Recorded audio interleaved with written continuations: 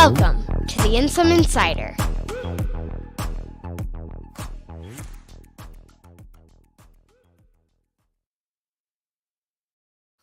To the inside. This is the Insum Insider, your source for Oracle Apex tips, techniques, methodology, and really wherever that discussion takes us. I'm your host, Monty Latchley, coming to you from an undisclosed location in the 713, also known as Houston, Texas. With me today is my good friend and member of the Insum family, Michelle Scamity. Hello, Michelle. Hi, Monty.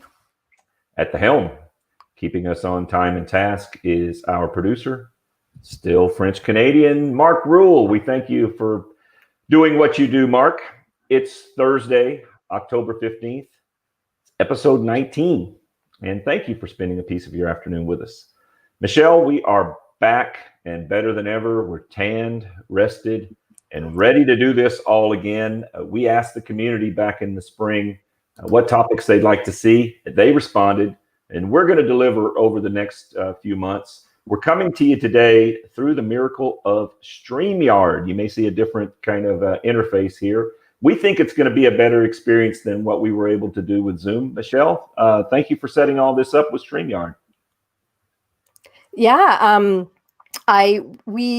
if you recall, Monty, when we started this whole experience, one of the things that we were hoping to do was connect with people a bit more, and we did feel something was a little bit missing. Zoom is fantastic, but the commenting experience was a little bit different. It sort of got lost in the chat, and we know that a lot of people actually end up watching these sessions after the fact and recording. So we're thinking that this is going to be a better way to capture the comments and some of the great conversations that are happening, not only on screen, but on the side. So hopefully you'll let us know and definitely be, commenting as we're doing this to know that things are working. We would really appreciate that. So yeah, we're giving it a go, and hopefully everybody likes it.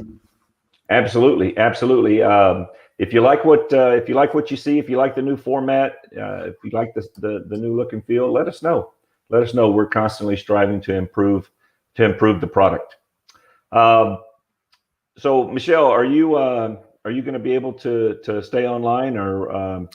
So actually, what I thought, since this is sort of new technology for us, if you don't mind, I'm going to go backstage. I'm going to hand over to Francis, who's eager to take my place, and I'm going to just sort of be monitoring things in the back, if that's all right. All right. Oh, that works for me. Francis. Hey, Monty. Hey, man, you wear it well. Look at that. Jeez. Hey, this is not fair. I'm supposed to be the one throwing the curveballs here. There's a curveball for you. Very nice, man. Very nice. Well, all right. You got me. Thanks for stepping in, filling those big shoes of Michelle's. Tell you what, do you want to play a game? Sure. All right. We're going to play a word association game. For instance, I say cowboy hat. You say. I say, oh, well, me, right?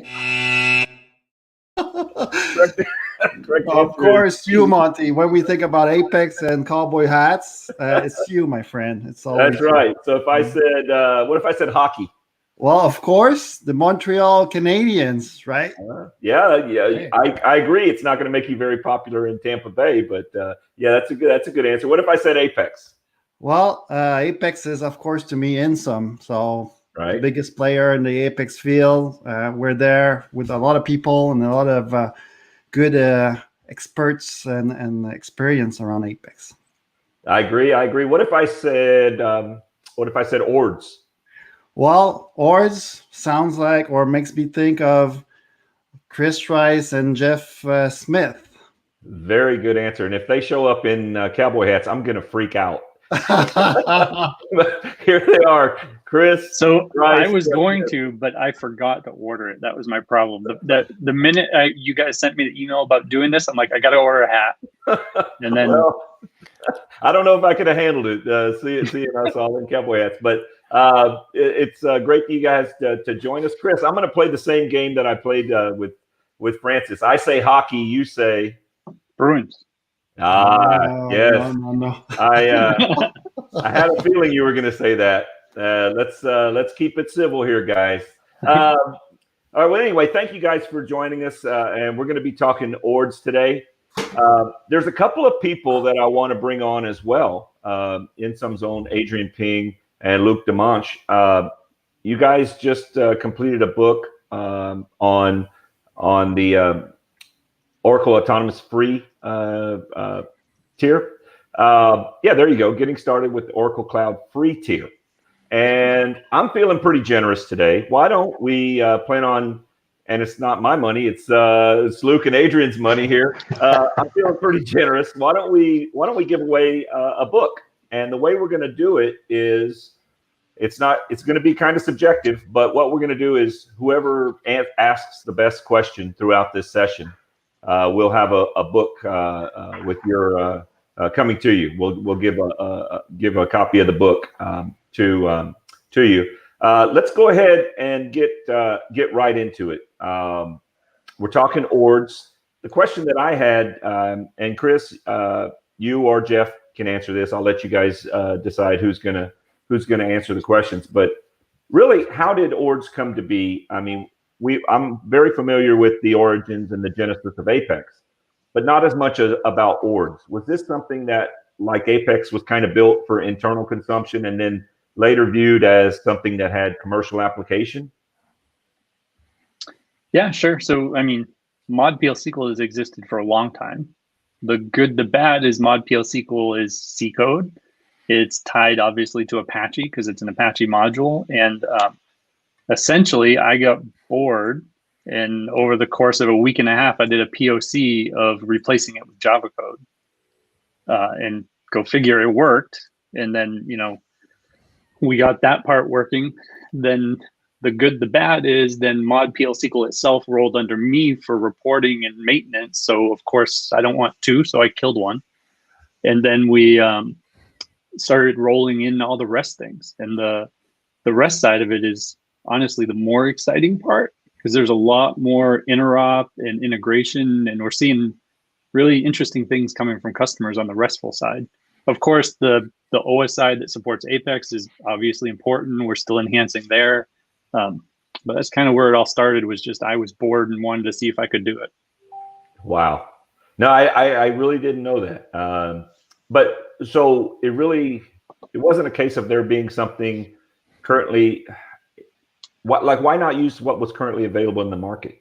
Was that a possibility? There was really only one thing in the market, right? There was Mod PL SQL, which was very old and tired and tied to Apache, which I don't know, is Apache half of what it used to be, right? The world has moved on to microservices. It's moved on to Nginx. It's moved on to all these other things. Apache is still awesome and great, but it's not what it used to be. So really it was taking a half a step back to look where the future is going to go. Right? In the future of maintaining legacy C code written in Apache, we probably wouldn't be having the same conversation today if we didn't build ORDS, honestly. Because if you look at what we've done, and I don't have anything to show you here now, but for example, in our cloud, we have one install of ORDS that front ends thousands of databases. We could not make these type of scaling type things with the old code base. Well, it's okay that we don't have anything to show, because the nature of what we're trying to do today is more of a conversation, like us talking in the halls at one of the conferences or something like that. So we can write in the air with our finger, but this is not. There you go. But this is not really going to be throwing a bunch of PowerPoints or code up on the screen. So, Jeff, I don't want to leave you out of the conversation at all. How long have you worked on ORDS? Has it been something that you've worked on since the inception? No, which explains a lot. That's why it's so successful. No, I came on Kris's team in 2011-ish. Which, by the way, Luke, that's when the Bruins won the cup. In case you were curious, I mean, just to remind you. 2011. Thank you, Kris. Not 1911. It's really nice from you. And I was doing SQL Developer stuff. And then part of me was like, this SQL Developer stuff is cool, but do I want to spend the rest of my career teaching people how to do select star from? And I started paying attention to what Kris and folks were doing with the Apex Listener, which became ORDS. And I was like, that looks cool. And I just started helping out with blog posts and tweets. And as I would learn things that were cool, I would kind of chip in. And then I told Kris at one point he should make me the product manager for ORDS. And for some dumb reason, he listened to me. And now everyone thinks I'm an expert. So that's weird. So whenever we put this session together, you two were obviously the first names that came to mind. But who are some of the other?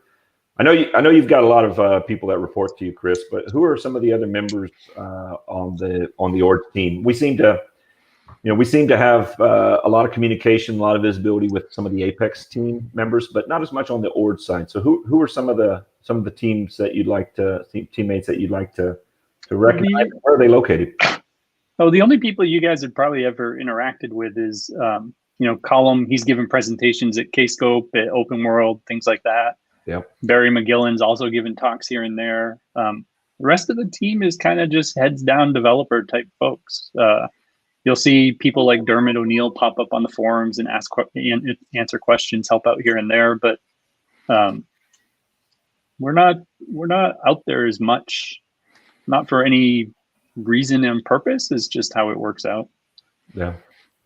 Maybe they have more time to talk. We code more.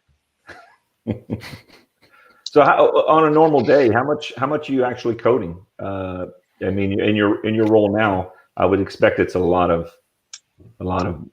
managing and less than I want to. Less than I want to, but I still code enough. Like some of the things I've been doing recently personally is more around SQL and data ingestion. And I'm sure you guys have seen, right? Oracle's done all these COVID related applications, pandemic applications. We integrate with a lot of different agencies and test labs and all that. I've been writing most of all that stuff, and it's all 100% SQL these days. So we ingest from multiple places. We read, write from object store buckets. We slap it in the database, and then end up putting Apex apps and screens over it all. I'm glad to hear that you still code, that you still enjoy coding, because some of the best managers I've ever had over my career are ones that still code. They still understand, the logic and that kind of stuff. So I'm glad to know you still got your fingers in it in a big way. You have to stay grounded, right? Or you start being pointy head boss from Dilbert, right? True. So Monty, are you referring to Francis when you mentioned about the nice boss? No. I've got great respect for Francis. He still codes. He still codes. But Michelle, that's not fair. He codes your paycheck, Monty. I think we understand. But Kris, you're talking about SQL and the command line. That makes me think. We know there's some APIs that are available. That comes with the SQL web. I think you can do APIs and then do database stuff and then administrative stuff like applying patches and stuff like that. What's kind of the roadmap with that? Do you want to go further? Do you want to? Are we going to be able to manage more? Oh yeah, so we have lots of plans there. I mean, to your question about how much do I code not enough, but I also help set directions and steer features and guidance on all the things going on. So one of the huge pieces is CI/CD for database in general. So if you look at, I'm sure you guys know this, but in general, other languages, say Java, Ruby, Python, they've kind of adopted CI/CD. There's packaging mechanisms, right? Maven exists. All these things exist. Database has kind of been left in the dark. So we're trying hard to push there. For example, we're working with the OCI team themselves on how to have a GitHub repo underneath SQL Dev Web so that we can directly check things in and out, how you can initiate builds straight from there, how you can push a build through a pipeline, all these types of things. Nice. Luke, you and Adrian just finished your book, and there was a chapter on ORDS. Was there anything that you any outstanding questions for Kris and Jeff, or any challenges that came when writing the chapter on ORDS or anything like that? Did you learn anything in the process? Lots of things. I mean, the best way to always learn any technology is to attempt to teach it, right? So, yeah, I had fun doing it. It was challenging with time and all that, but at the end of the day, I hope it's going to be useful to people out there. Yeah, I've already got my copy. I'm pouring through it right now. Did you learn anything yet, Monty? Well, I'm still in the table of contents, so I'm good. Oh, okay. It's heady stuff. So if you, I certainly recommend it. It's not for the faint of heart, but it's a great read. It's a great read. I want to move on a little bit and talk about some of the use cases, some of the things that people are doing with ORDS that you go, maybe even yourselves, Kris and Jeff, that go, wow, that's not even something that we thought about when we put the tool out there. But yet these people are leveraging it. I know you probably can't just tell all, but what can you tell us about some of the interesting use cases? So there's a few interesting ones. I think everyone, or a lot of people, know Dimitri Giles over in Netherlands. He, for example, has a mobile app that the Netherlands Tennis Association, I don't remember what he told me it was. They do all scheduling of all tennis through the mobile app, talking to ORDS on the back end. So I think he said there's like 50,000 of them that do this and use it. And it's not just adults, right? It's the kids, the parents have to look in on the schedule, all those types of things. Wow. So that one's kind of interesting to me. There's a couple others. There's a customer, Jeff might remember the name, in Iceland, that is 100% bought into ORDS, all REST. And do you remember the performance numbers they told us, Jeff, they were doing? They were bigly. It was like 1,700 a second transactions or something. Wow. Yeah. So all of the educational systems, all of the municipality and local government parks and rec systems are all on 100% ORDS stack. And the company that did that for the government, they also do all of their European invoicing with the ORDS and are able to push massive amounts of invoices, which include lots of big PDFs, through their system, no problem. They told me they can develop their REST API so fast that their app devs who are doing the HTML5 and JavaScript type front end stuff can't keep up. Now they are doing some Apex too, and they are trying to convince them to switch over to Apex so they can keep up.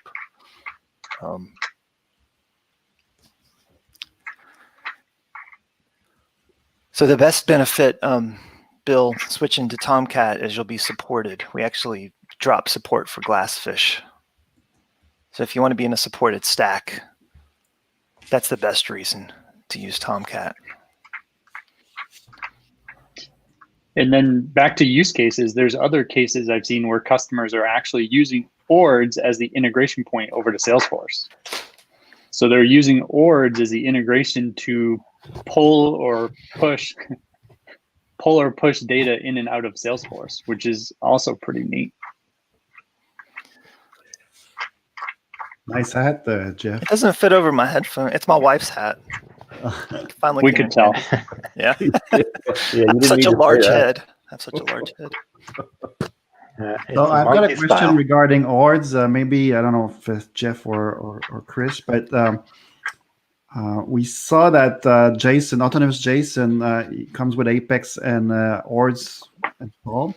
Are there any plans for other data sources like MySQL to also have ORDS, and then we could build web services and those type of stuff on other data sources than Oracle? Or Yep. So there's a couple things in your question. Number one, which is pretty neat, right, is if you think about autonomous JSON now, we've got autonomous JSON, we've got autonomous data warehouse, and autonomous transaction processing.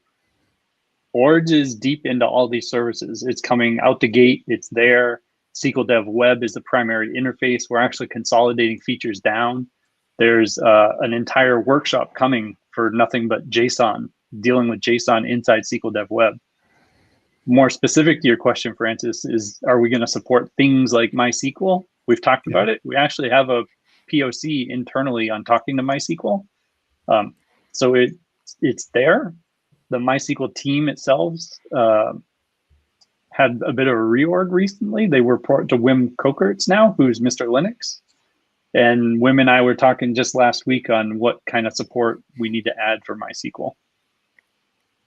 Now, is it, what about, MySQL is under the Oracle umbrella, but what about things outside of the Oracle umbrella?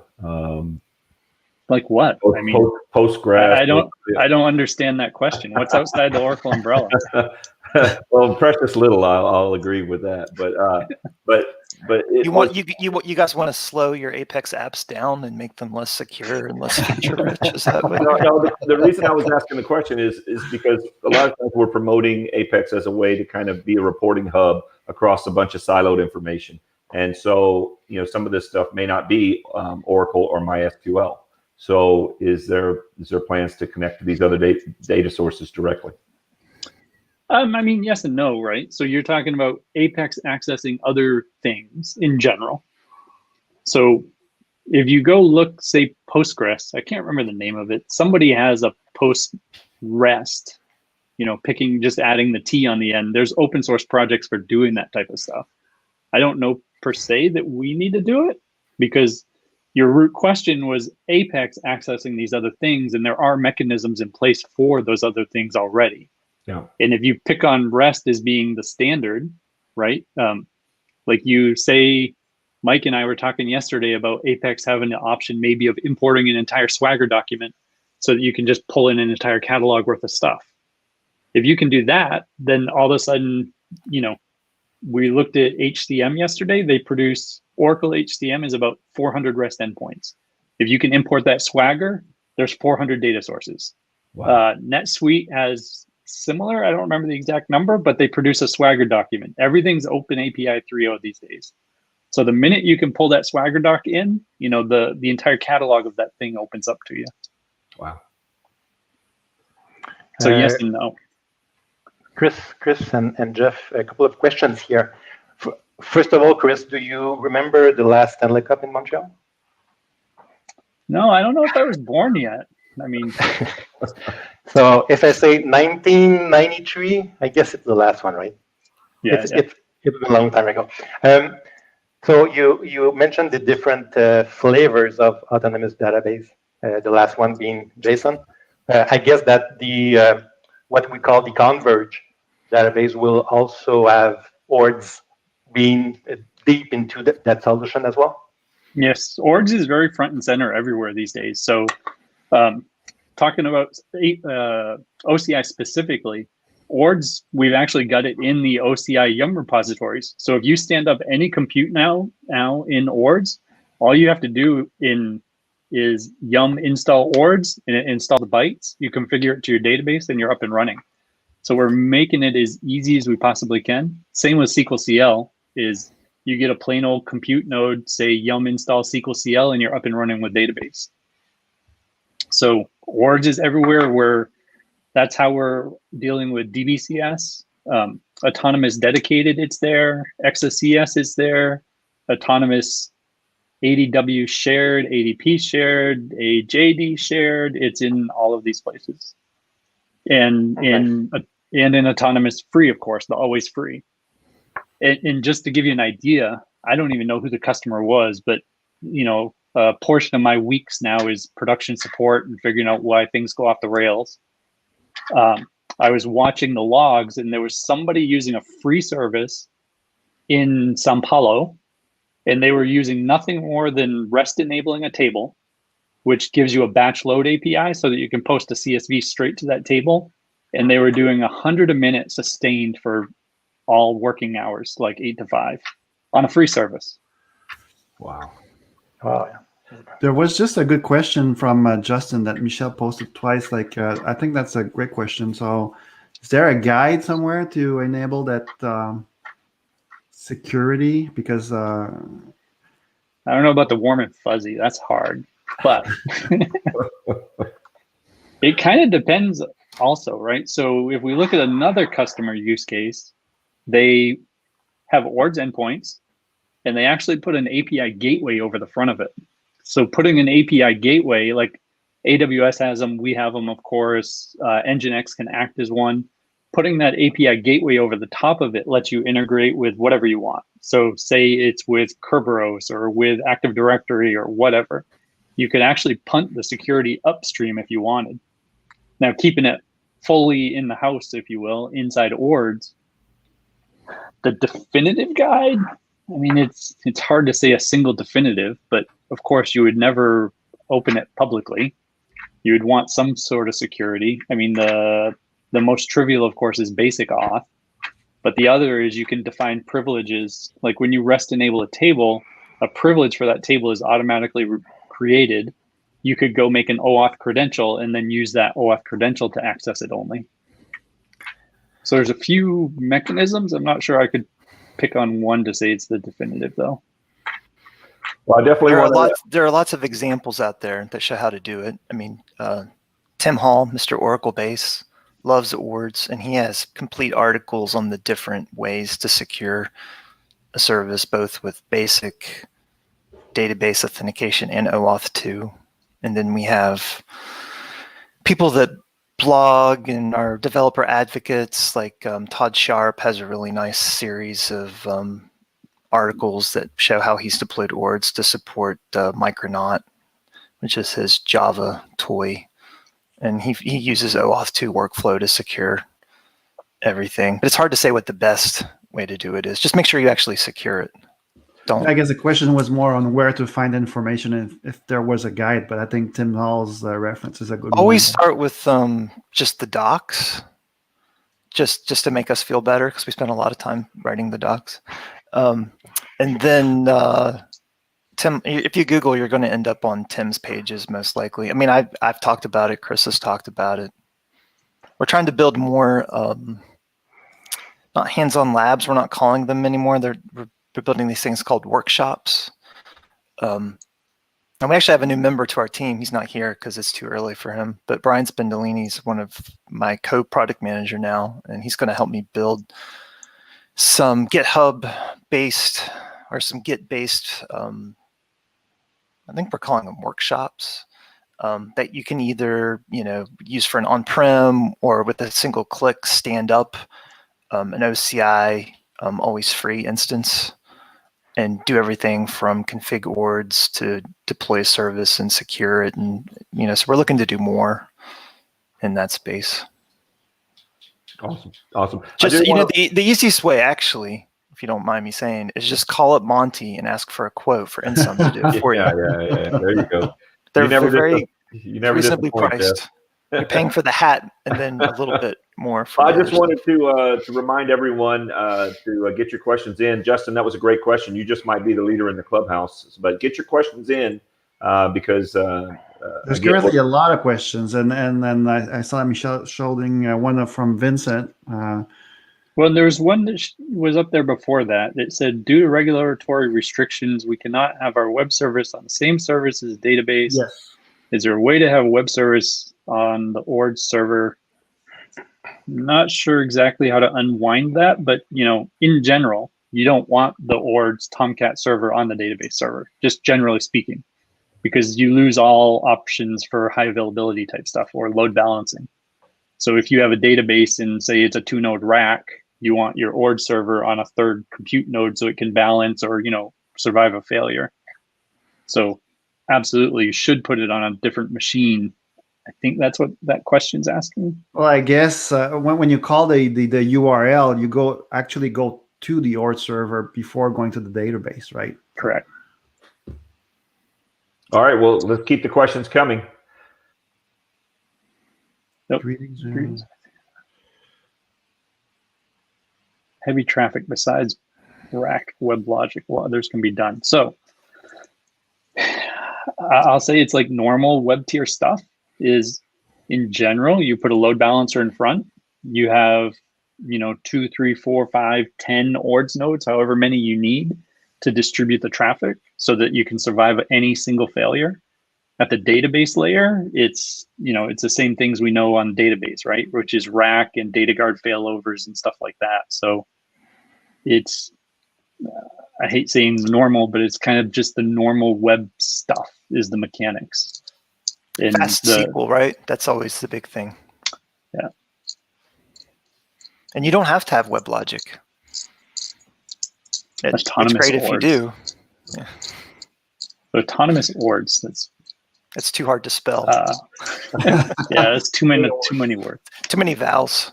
So ORDS is in all the autonomouses. So I don't think we'd ever need it as a standalone service, honestly. Well, I guess will it patch itself like the database eventually, kind of thing, or upgrade itself? Oh yeah, we patch in autonomous all the time. We patched it 2 weeks ago. Did you notice? But just not as a standalone is what you're saying. So you're saying that it's already there, it's already part of the other patchings. It's a feature of the others. As a standalone service, I'm not sure it makes sense. Gotcha. I'm not sure what that would mean. Yeah. So all right. Vincent's question about the JavaScript engine for SQL or Oracle Millie. Yep. So Nashorn, the Java team, took Nashorn out, right? So in Java 15, I think it is, maybe 14, Nashorn is gone. It never existed. We all have amnesia. We never saw anything here. So now it's all Graal. So Graal works fine. All the same scripts I have anyway for all my examples I've been doing are all Graal based now, and they work. The kind of cool thing is the Graal team themselves are working with us, and we're doing things with them like freezing SQL CL into an actual native binary. So you don't need a Java JDK anymore soon, hopefully. You just download a single binary that is SQL CL and you run it. And inside there, you'll still be able to do JavaScript scripting, even though it's a native binary. So basically the future is Graal VM. Oh, because the second question is about V8, right? So you would like to see V8 instead of Graal, I guess. So the crux of could Oracle use V8 is just code. Anything's possible. I seriously doubt it though. But in terms of SQL CL specifically, so there's a Java standard. It's called JSR 223, which basically allows you to plug in any scripting language you want into Java. So like Dave Slice and I have been through this where we got Groovy working, I think it was, because the Groovy engine implements this JSR 223 so they can plug it in. And Jython works this way. And I even saw, heaven forbid, COBOL. Somebody was bored and wrote a COBOL plugin, right? I mean, so in SQL CL, you can plug in any of these languages. It's just the Graal JavaScript is kind of ours. So we do that one first. Good question. Good question. We discussed about ORDS SQL CL, but no questions about SQL Dev Web and Data Modeler. So I guess that we're gonna get a new version soon with a lot of new features. Can you? Oh yes. Can you talk about that? So we have our release schedule is pretty predictable, right? We do quarterly releases. So quarter ended now 15 days ago, so we're technically late. This is probably, Jeff can correct me if he thinks otherwise, this is probably our biggest release since releasing SQL Dev Web. So this new release is going to add things like an entire REST workshop.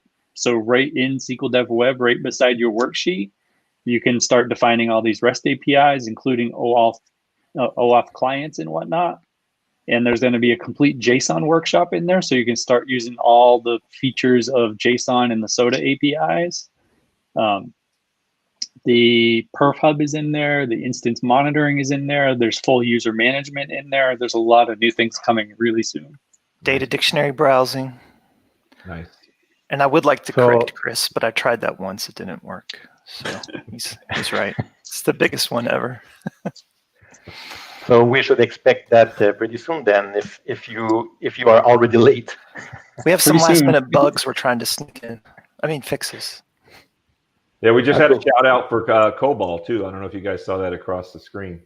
We did. That's unfortunate. All right, Adrian and Luke, you're up. Well, this question by Brian. First of all, I don't think you can increase the maximum number of concurrent connections. I believe he might be referring to the free service. So 20 is the max, and that's it. But we get to be a little bit more careful of how we dispense the connection with the customer managed ORDS. Unfortunately, it's not in the book. I believe it came out after we started working on it. So that's not in the book, but I did have a blog post covering how to get that sorted out. And speaking of which, I know we were discussing earlier about, should I use Glassfish, Tomcat, WebLogic, and we all know that if you're on the OCI, you can have compute sort of set up to install ORDS as well. Question for you guys: when it does get upgraded, right? Typically, when we upgrade ORDS, we have to make sure that we upgrade the backend schema as well. Does patching the server itself, so when we upgrade through Yum, does it take care of all that for us? Sorry, I coughed. Does it take care of what for you? The upgrading of the ORDS schema in the database. If he does a Yum install, yeah, does it handle the backend? No. So the Yum install just lays the bytes on the disk. Then you have to actually do the config. Okay. So but specifically, since you were mentioning the run your own ORDS still backed by Autonomous, the Autonomous backend is taken care of. So if you're standing up a compute node to talk to Autonomous shared, you don't have to do any database side. You actually can't because you don't have permissions enough to do it. Right. But do they upgrade in tandem? Do they upgrade in tandem? Well, kinda. So okay. If we peel the onion back or look behind the machine, what happens is we give the Autonomous team a patch. That patch is the ORDS, same one we push out on OTN. So then what happens is the fleet of Autonomous is many thousands of PDBs across many, many regions. Like I have dashboards of charts on charts on charts to watch the status on all these things. So they actually break the patching in half so that we patch the database components and we patch the web components, the WAR file, separately. So roughly what's happening, right, if you pick on any region in it, is we have dashboards that say what % of the databases have been patched. And basically when they start approaching the top limits, we patch the mid-tier as well. So they're kind of in tandem, but they're separated out as well. Right, but as soon as the layers running ORDS, once they get patched, that's when we'll see the upgrade in the Yum repository as well. Okay. Yes. Yep. So basically so now what happens with ORDS is we do a build. Say we do a build today. We hand it off to our QA. Once our internal team QA stamps approval on it, we actually do 3 things. We give it to, well, me. I put it on OTN. We put it in the OCI Yum repository, and we give it to the Autonomous teams so that they can update and roll it through the fleet. Good to know. Thank you. Sure. We've talked about OData many times and not really had a strong inkling to do it at all yet. Maybe it changed. I don't know. More pressing lately than OData is something like GraphQL. Like, should ORDS know GraphQL lingo and do the translation layer into and out of SQL? So could we take in a GraphQL query, do the translation, execute the whatever that we generate? It's almost like a preprocessor, right?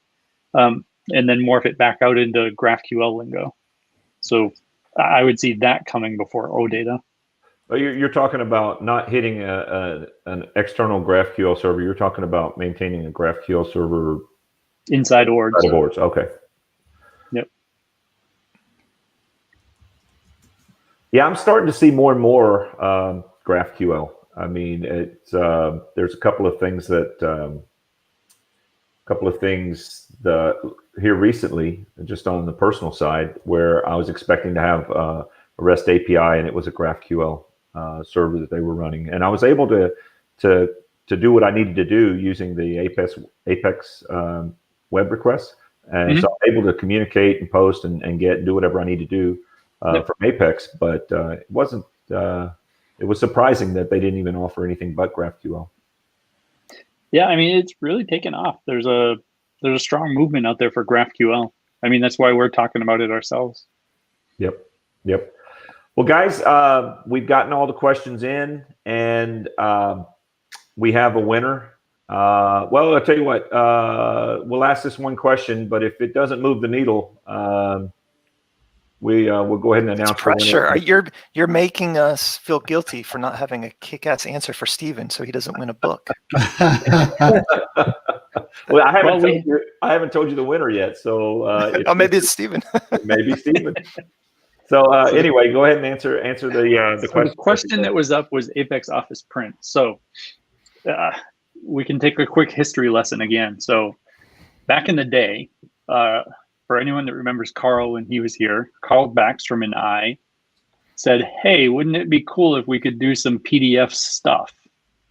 And Carl and I hacked up the original FOP code that was, if you remember, you had to stand up your own Java server, deploy it over there, and then link it up. And then we folded it into ORDS so that Apex could generate PDFs directly.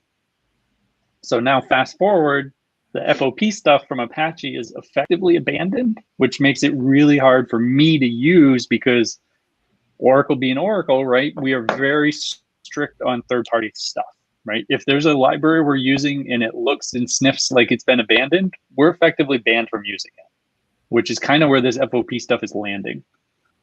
So the history is my team did do all the PDF stuff generation that was there. We had to take it out. So what I've been doing internally, I had someone on the team looking into, there's an open source project called Carbone, Carbone.io. So if you look at Carbone.io, what it does is it's a node wrapper over LibreOffice. I think it's similar to what AOP does. I don't remember for sure, but it basically takes in REST endpoints and you can post over templates to it.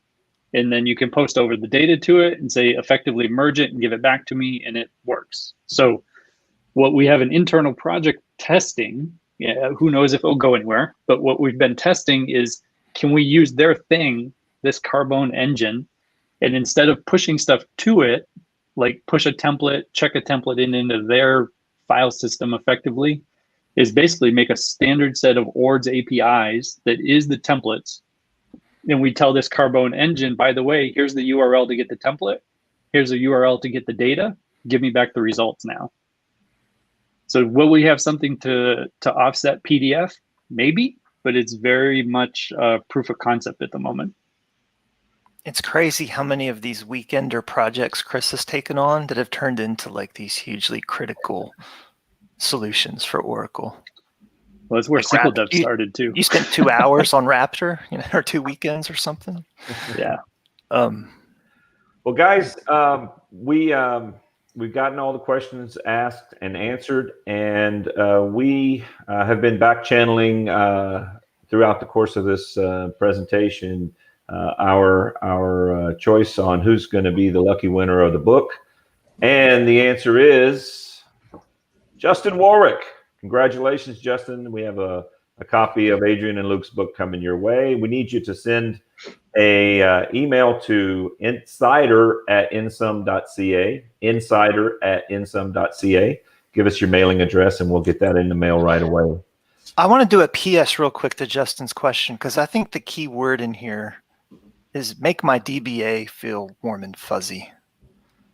So make the DBA understand that ORDS is doing everything in the database as the user where you've published the service. So if the DBA is set up like a resource consumer profile that locks down like CPU or redaction, or they have a really locked down privilege scheme, ORDS doesn't do anything magical to bypass that. If anything, it folds into that seamlessly and you take advantage of all of it. So that might help. There's a bonus part 2 answer to the book winner. Well, there's a part 2 to that too. don't screw it up, because just this morning I was told there's a customer that put a login trigger on their schema, and go figure, it did stuff that broke ORDS. So end of the day, this is all database, for better or worse, right? Yep. Chris, If you you have need a help, fan. some. All right, you have a fanboy out there, Chris. You're So fantastic. my camera is probably the most overkill camera I could ever put here. So is my actual Sony A7 DSLR. It was sitting on the shelf in lockdown. We're not traveling. We're not going anywhere. So I felt sad for the camera. So I had to hook it up and let it do something. Well, it's serving you well. Adrian, you had another question? Yeah, I do. Chris, I understand that you still code in Java. Dude, I code in everything these days. I was writing Python code a couple of weeks ago. Lots of JavaScript, lots of Java. I don't do COBOL though, so don't call me about that one. Okay. Well, but we'll all benefit from ORDS, and ORDS is pretty much a Java. It's all web Java. application. Yep. So I don't know if you've seen one of these. Oh, nice. Yeah. Yeah, it's Duke. It is. Duke. It's a Java challenge coin that it grew out of the original Apex coin. Yep. So you know what? I'll send you one of these actually, but cool. I'll need to get your favorite of that. Yeah, of course. I was actually laughing. On my shelf behind me, you can't see, but over there, I've got a Java 1.1 book. I mean, that's old. Of course, it's sitting right next to Tom Kite's performance book. So. Yeah, I actually speaking of Tom, I actually had an opportunity to communicate with him recently, and Nice.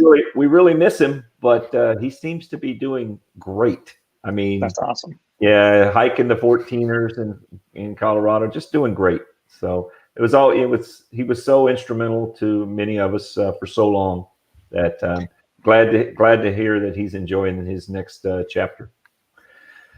All right. Well, thank you, Jeff. Thank you, Kris, Adrian, Luke, Francis, Michelle, Mark. Thank you all. Thank you all, you attendees, for joining. Thank you, Justin, for the question. Hope you enjoy the book.